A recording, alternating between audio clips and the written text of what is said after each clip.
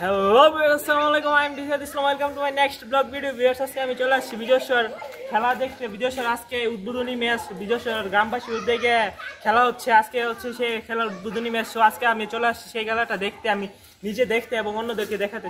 So চলেন আমার আজকের ব্লগটা শুরু করা যায়।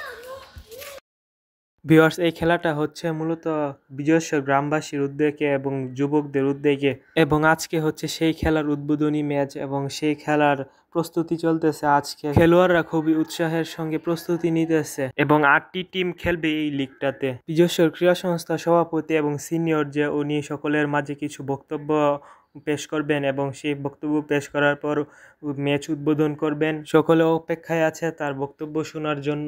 আসসালামু আলাইকুম।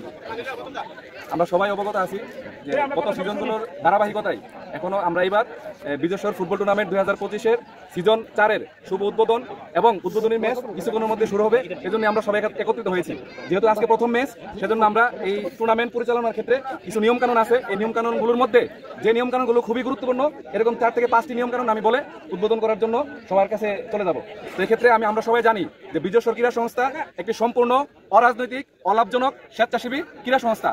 এর অধিক্ষেত্র হচ্ছে বিজয়সর ক্রীড়াঙ্গন। বিজয়সর যত রকমের খেলাধুলা আছে, সব ধরনের খেলাধুলার প্রচার, প্রসার, জনপ্রিয়করণ করা। এর মাধ্যমে বিজয়সরের যে নেক্সট জেনারেশন বা তরুণ প্রজন্ম যারা আগামী বিজয়সর নেতৃত্ব দিবে, তাদেরকে কিভাবে কর্মঠ এবং দক্ষ করে গড়ে তোলা যায়। মোবাইল এবং অন্যান্য মাদকাসক্ত সহ অন্যান্য যত রকমের নেশার জিনিস আছে, ওই নেশা থেকে দূরে রেখে কিভাবে যুব সমাজকে আরো কর্মঠ এবং দক্ষ এবং শিক্ষিত করা যায়, এর জন্যই মূলত বিজয়সর ক্রীড়া সংস্থা গঠিত হয়েছে এবং ক্রীড়া সংস্থা কাজ করে যাচ্ছে।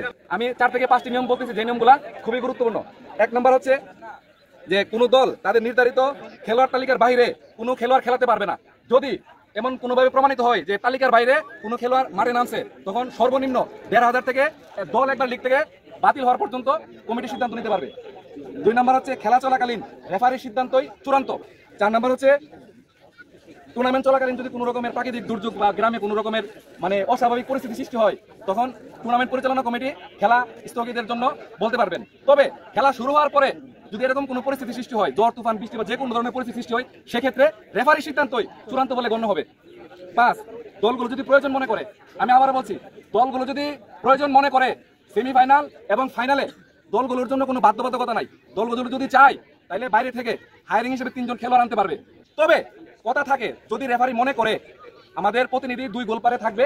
যদি রেফারি প্রয়োজন মনে করে, আমি আবারও বলছি, যদি রেফারি এক্ষেত্রে সম্পূর্ণ স্বাধীন, রেফারি যদি মনে করে যে কোনো সিদ্ধান্ত নেওয়ার ক্ষেত্রে, পেনাল্টি সহ লাল কার্ড বা যে কোনো বিষয়ে সিদ্ধান্ত নেওয়ার ক্ষেত্রে যদি রেফারি মনে করে, সে উপযুক্ত কমিটি যারা আছে, কমিটির কাছ থেকে তার পরামর্শ গ্রহণ করতে পারেন। 3 নম্বর হচ্ছে ম্যাচ চলাকালীন কোনো খেলোয়াড় যদি লাল কার্ড প্রদর্শিত হয়, ম্যাচ চলাকালীন কোনো খেলোয়াড় যদি লাল কার্ড প্রদর্শিত হয়, সে পরবর্তী ম্যাচ খেলতে পারবে না। সর্বশেষ হচ্ছে বিজয়সর যে টুর্নামেন্ট যে পরিচালনা হচ্ছে, এই টুর্নামেন্টের ভিতরে মাঠের মধ্যে বা মাঠের বাইরে যদি কোনো একক খেলোয়াড় বা কোনো গোষ্ঠী বা কোনো দল যদি কোনো ধরনের বিশৃঙ্খলা তৈরি করার চেষ্টা করে, তাহলে টুর্নামেন্ট পরিচালনা কমিটি ওই খেলোয়াড় বা ওই দলের বিরুদ্ধে যে কোনো ধরনের সিদ্ধান্ত নিতে পারবে। আর আরেকটি বিষয়, এই টুর্নামেন্ট পরিচালনার জন্য একটা টুর্নামেন্ট পরিচালনা কমিটি আছে। এই টুর্নামেন্ট পরিচালনা কমিটি কারা? এই টুর্নামেন্ট পরিচালনা কমিটি হচ্ছে 8টি দল থেকেই 2 জন করে সদস্য নিয়ে 16 সদস্যের একটা কমিটি গঠন করা হয়েছে। তারা এই টুর্নামেন্ট পরিচালনা করবে। ধন্যবাদ সবাইকে। আমি বিজয়সর ফুটবল টুর্নামেন্ট 2025-এর সিজন 4-এর শুভ উদ্বোধন ঘোষণা করছি। ওনার বক্তব্য শেষ করছেন এবং উদ্বোধন ঘোষণা করছেন। এখন 2 দলের মধ্যে টস হচ্ছে। টস শেষ হওয়ার পর খেলা শুরু হবে। টস দেওয়া শেষ। এখন 2 দল একে অপরের সাথে হাত মিলাচ্ছে।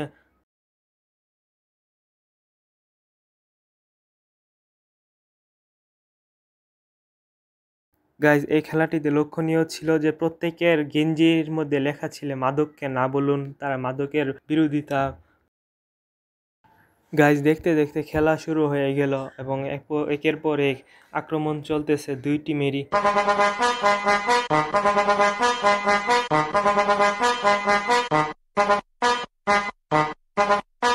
Mambo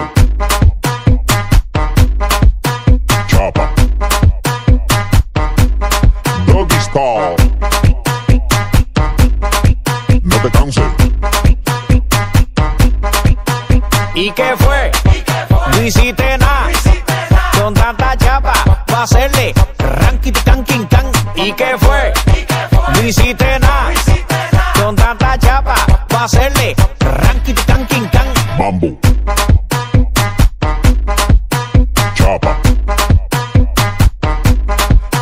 style. Canking, canking, canking, can. Canking, canking, canking, No te can. canses. Canking, canking, canking, can. Canking, canking, canking, can.